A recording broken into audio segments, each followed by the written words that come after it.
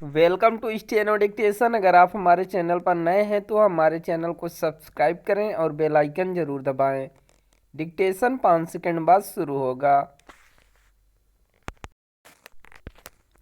Start.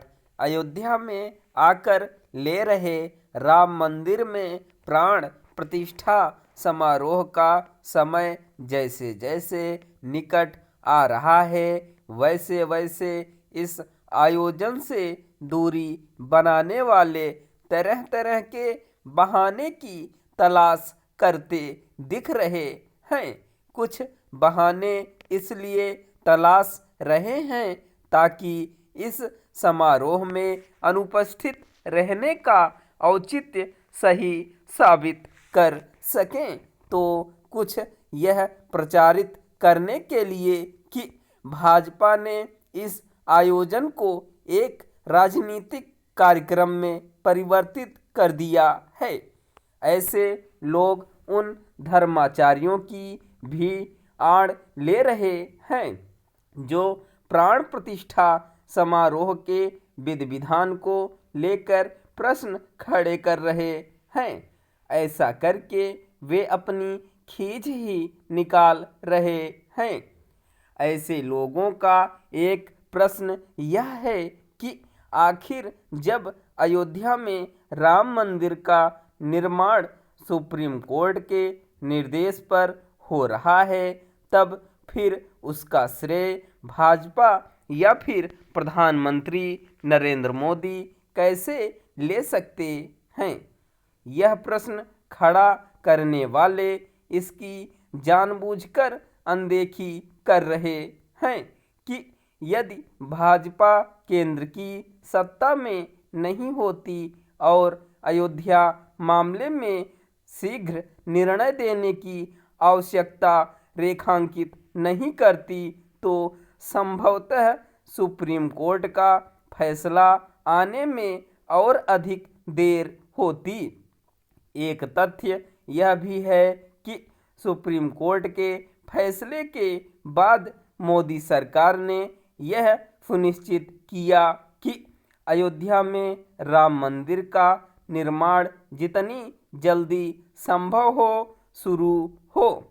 उसकी प्रतिबद्धता का पता इससे चलता है कि कोविड प्रतिबंधों के बावजूद प्रधानमंत्री ने अयोध्या जाकर राम मंदिर निर्माण का शुभारंभ किया। प्रधानमंत्री ने इसमें अतिरिक्त रुचि ली कि अयोध्या में भव्य राम मंदिर के निर्माण का सपना शीघ्र साकार हो।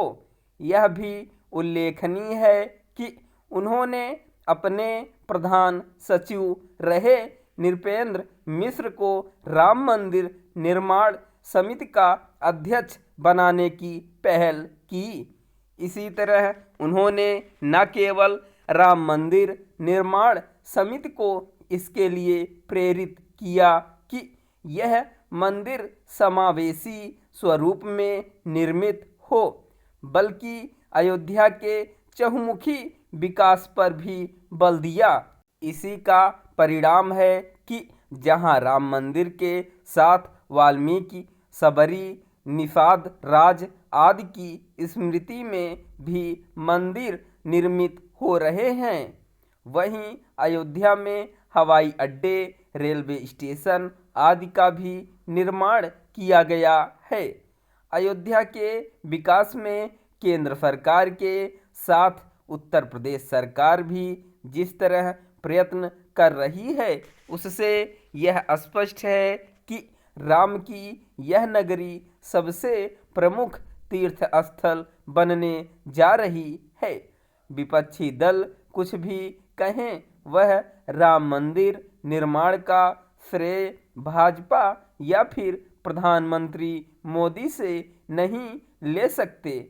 नरेंद्र मोदी ने अयोध्या में राम मंदिर के निर्माण के प्रति अपनी प्रतिबद्धता का परिचय केवल प्रधानमंत्री के रूप में ही नहीं दिया।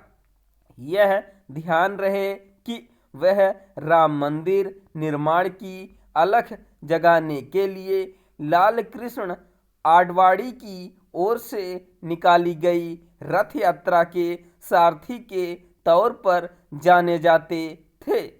इस सबसे राम मंदिर निर्माण के प्रति उनके समर्पण का ही परिचय मिलता है। स्टॉप।